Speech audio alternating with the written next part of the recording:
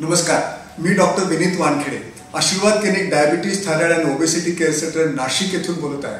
आज आपण ॲनिमिया म्हणजे रक्तक्षय किंवा पांडुरोग ज्याला म्हणता येईल मराठीमध्ये याबद्दल माहिती घेऊया आणि आहाराच्या कमतरतेमुळे निर्माण होणारा पांडुरोग किंवा रक्तक्षय याबद्दलच आपण पाहू। तशी अनेक कारणे आहेत त्याची। रक्तातील लाल पेशींचे प्रमाण कमी झाले तर त्याला ॲनिमिया किंवा रक्तक्षय असं म्हणतो। आणि रक्तातील हिमोग्लोबिन हे ऑक्सिजन वाहत नेतं प्रत्येक पेशीला शरीरातल्या, आणि जेव्हा ह्या हिमोग्लोबिनची कमतरता होते तेव्हा ऑक्सिजनची पण कमतरता होते आणि पेशींचं कार्य बिघडतं आणि अवयवांचं कार्य बिघडतं। आकडेवारी जर पाहिली तर 30% पेक्षा जनसामान्यामध्ये लोक ह्या रक्तक्षयाने पीडित आहेत असं म्हणायला हरकत नाही। आणि गर्भवती स्त्रिया व मुलांमध्ये हे प्रमाण भरपूर आहे। आहाराच्या कमतरतेमुळे होणारा रक्तक्षय म्हणजे काय?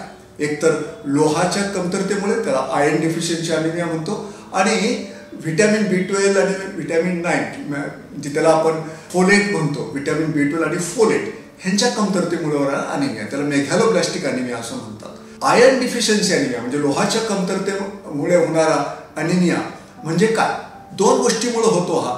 एकतर आहारातनंच लोह कमी जातं, किंवा जर आहार जरी चांगला असला तरी लोह जे पोटामध्ये गेलं ते रक्तापर्यंत पोहोचतच नाही। काही त्याला जबाबदार फॅक्टर्स आहेत, त्याच्यामुळं ते रक्त पोहोचतच नाही, त्याचं शोषणच होत नाही। अशा दोन गोष्टीमुळं लोहाच्या कमतरतेमुळे होणारा ॲनिमिया होऊ शकतो।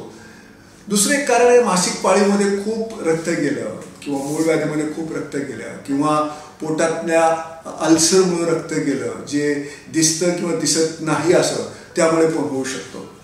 आणि ह्याची जर आकडेवारी पाहिली लोहाच्या कमतरतेमुळे होणाऱ्या ॲनिमियाची किंवा आयर्न डेफिशियन्सी ॲनिमियाची, तर 5 वर्षाखालील मुलांना हा 45% इतकं प्रमाण आहे। ते गर्भ अवस्थेमध्ये जवळपास 38 ते 40% आहे आणि सर्वसाधारण महिलांमध्ये 29 ते 30% आहे, म्हणजे खूप प्रमाण आहे। जवळपास 40 ते 50% या सगळ्या ग्रुपमध्ये लोहाचं प्रमाण कमी असल्यामुळं ॲनिमिया होतो।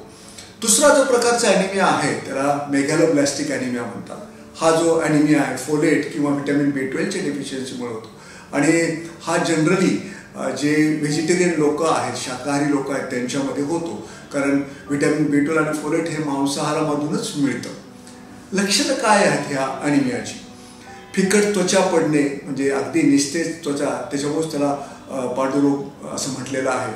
थकवा येणे, कमकुवतपणा वाटणे, केस खूप गळणे, श्वास घेण्यास त्रास होणे आणि हलकी डोकेदुखी होणे, हातापायामध्ये मुंग्या येणे, एकाग्रतेचा अभाव, तोंडामध्ये वेगवेगळे अल्सर्स येणे, अन्न न जाणे, चिंता, नैराश्य, धडधड होणे, मासिक पाळीच्या समस्या आणि सारखं तंद्रीमध्ये राहणे, नखाचा आकारच बदलणे, ते खोल असे नख चमच्यासारखे चपटे होतात, अशी विविध प्रकारची लक्षणं आहेत। धन्यवाद।